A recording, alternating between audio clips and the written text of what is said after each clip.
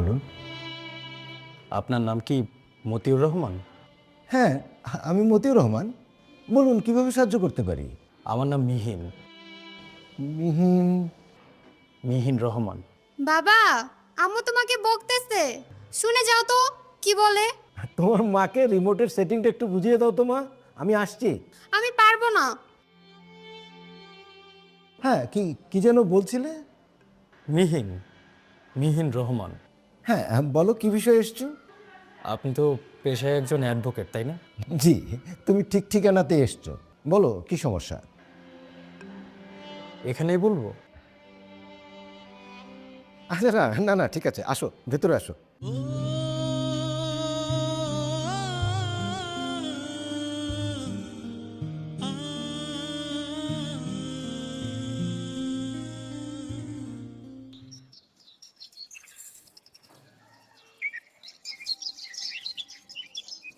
আমার ওই বাড়িয়ালি আবার ওই বাইরের লোকজন খুব একটা পছন্দ করে না, তাই তোমাকে এখানে নিয়ে এলাম।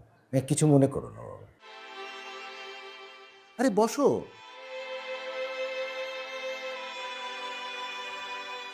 এবার বলো কি জানি বলছিলে তুমি? আমার মায়ের নাম নাজমা বেগম। নাজমা বেগম? মা মারা গেছেন আজকে 5 বছর হলো। আমার মা মারা যাবার ঠিক আগ মুহূর্তে বলেছিলেন আমার বাবার নাম নাকি মতিউর রহমান। আপনার এই ঠিকানাটা তিনি আমাকে দিয়েছিলেন। আমার মা মারা যাবার আগে আমি যখনই জিজ্ঞেস করতাম আমার বাবা কোথায়, আমার মা কখনো জবাব দেননি।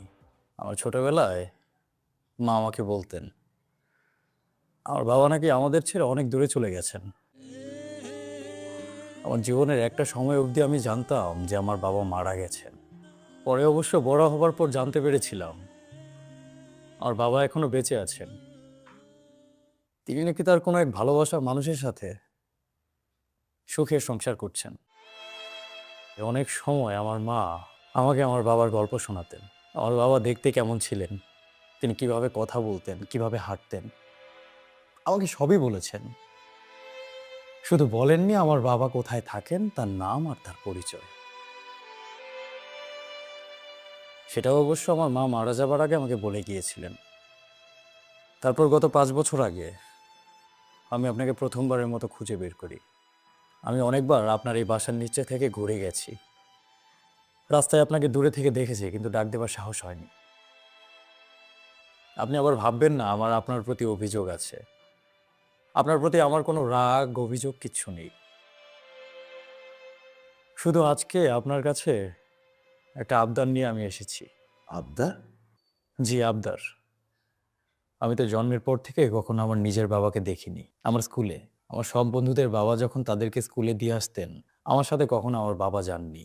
গ্র্যাজুয়েশন কমপ্লিট করার পর আমার সব বন্ধুদের বাবা মা এসে সবাইকে মিষ্টি খাওয়াচ্ছিলেন, কিন্তু আমার পরিবার থেকে মিষ্টি খাওয়ানোর মতো সেদিন কেউ ছিল না। কারণ আমার বাবা সে তো অনেক আগে আমাদেরকে ছেড়ে চলে গেছেন। আর আমার মা আমার একমাত্র সম্বল, তিনি ছিলেন প্রচণ্ড অসুস্থ। কি থেকে যে আপনাকে কি বলে ফেলছি আমি নিজেই বুঝতে পারছি না। আমার কথায় কোনো ভুল থাকলে আপনি আমাকে ক্ষমা করে দিবেন। গত 5 বছরে আমার জীবনে অনেক চড়াই উতরাই গেছে। আপনি জানেন আমার জীবনের প্রত্যেকটা ভালো সময়ে, প্রত্যেকটা খারাপ সময়ে আমার আপনাকে পাশে পেতে ইচ্ছে করেছে। কারণ আমি তখন জানতাম আমার বাবা কে, আমি তার নাম জানতাম, আমি তার পরিচয় জানতাম। আমি চাইলে আমার বাবার কাছে ছুটে যেতে পারতাম, কিন্তু পারবো পারবো করে কেন যেন পারিনি। আমি 2 বছর আগে বিয়ে করেছি। 14 দিন আগে আমার প্রথম সন্তান হয়েছে। আমি ওর নাম দিয়েছি আবির, আবির রহমান। আগামী সপ্তাহে আবিরের আকিকার অনুষ্ঠান হবে। আমার না কেন যেন খুব ইচ্ছে আপনি আমাদের সেই অনুষ্ঠানে থাকবেন। আমি সবাইকে বলবো আমার ছেলের অনুষ্ঠানে আমার বাবা এসেছে। আপনি কি প্লিজ আপনার একটু সময় বের করে আমাদের অনুষ্ঠানে আসবেন? তোমার কথা শুনে যা বুঝলাম তাতে বোঝা যাচ্ছে তিনি আমার সন্তান, আমার জীবনের প্রথম সন্তান বলে। তোমার সাথে আমি যে বিরাট অন্যায় করেছি তাতে কোনো সন্দেহ নেই, তবে প্রত্যেকটা মানুষেরই নিজের কিছু গল্প থাকে, যার কারণে সে অনেক কিছু করতে বাধ্য হয়। না না, আমি বলেছি তো আপনার প্রতি আমার কোনো রাগ অভিযোগ কিচ্ছু নেই। আপনি শুধু আমার ছেলের আকিকার অনুষ্ঠানে আসবেন, এটাই আমার জন্য অনেক বড় পাওয়া। আমি আসতে পারবো না। আমি জানি আমি তোমার মায়ের সাথে যেটা করেছি খুব অন্যায় করেছি, কিন্তু এখন আমার নিজেরও তো একটা সংসার আছে। আবার এই পক্ষের স্ত্রী জানে না যে আমি এর আগেও একটা বিয়ে করেছি, সুতরাং কখনোই আমি তোমাকে তাদের সাথে পরিচয় করিয়ে দিতে পারবো না। আমি চাইলেও পারবো না তোমাদের ওখানে যেতে, যদিও আমি তোমার ছেলের অনুষ্ঠানে যেতে চাই, কিন্তু আমি এখন রিটায়ার করেছি। কোথায় যাই, কি করি, সবই আমার স্ত্রীর জানাশোনার ভেতরে।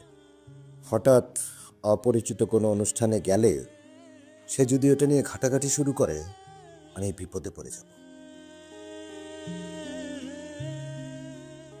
বাবা, আমি বাইরে যাচ্ছি।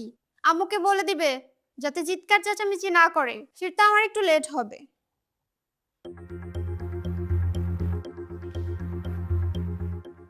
বাবা, উনি কে?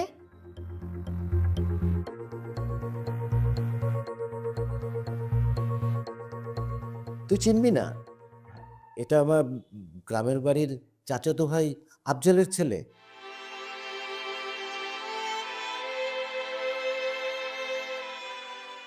আচ্ছা ঠিক আছে, আমি বেরোচ্ছি।